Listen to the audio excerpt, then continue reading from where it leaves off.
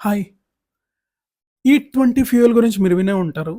E20 అంటే ethanol blended fuel right?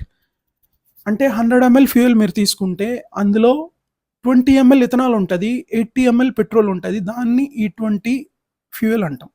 So, E20ని government ఎందుకు introduce చేయాల్సొచ్చింది? First point E20 వల్ల మనకి ఎయిర్ పొల్యూషన్ అనేది తగ్గుతుంది. మీరు చూసుకున్నట్లయితే గత కొద్ది సంవత్సరాలుగా ఎర్త్ టెంపరేచర్ పెరిగిపోతుంది because of green house emission gases. Okay. Earth temperature పెరిగిపోయి గ్లోబల్ వార్మింగ్ వస్తుంది కాబట్టి మనం దాన్ని తగ్గించాలి కాబట్టి E20 ఫ్యూయల్ వాడితే ఎయిర్ పొల్యూషన్ అనేది మనం తగ్గించొచ్చు. First point.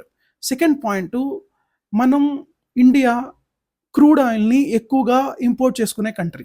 So, crude oil డిపెండెన్సీని తగ్గించడం కోసం E20 ఫ్యూయల్‌ని ఇంట్రొడ్యూస్ చేశారు.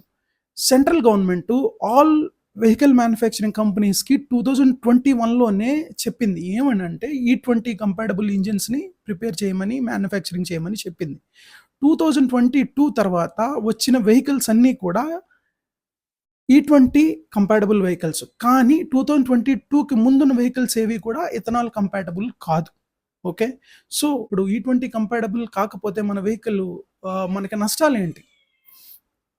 ఇథనాల్ అనేది హైగ్రోస్కోపిక్ ఇన్ నేచర్. అంటే వాటర్‌ని అబ్జార్బ్ చేసుకుంటది. సో, వాటర్‌ని అబ్జార్బ్ చేసుకునేటప్పుడు రస్టింగ్ ఛాన్సెస్ ఉంటాయి కాబట్టి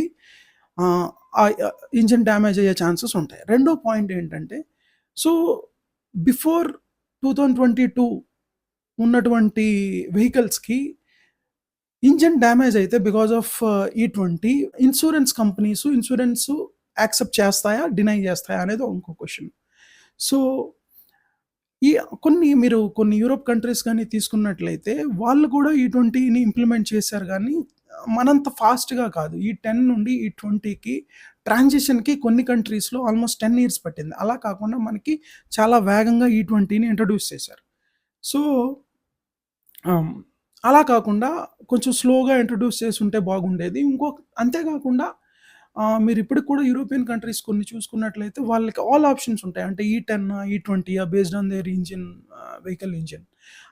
అదే విధంగా మనకు కూడా 100% పెట్రోల్ E10, E20 అలా డిఫరెంట్ ఫ్యూయల్స్ ప్రొవైడ్ చేసి కొంతకాలం వరకు మనకేదైతే ఉంటుందో దాన్ని మనకి అందజేసే విధంగా ఒక యాక్సెసిబిలిటీ ఉండుంటే చాలా బాగుండేది అనేది నా అభిప్రాయం.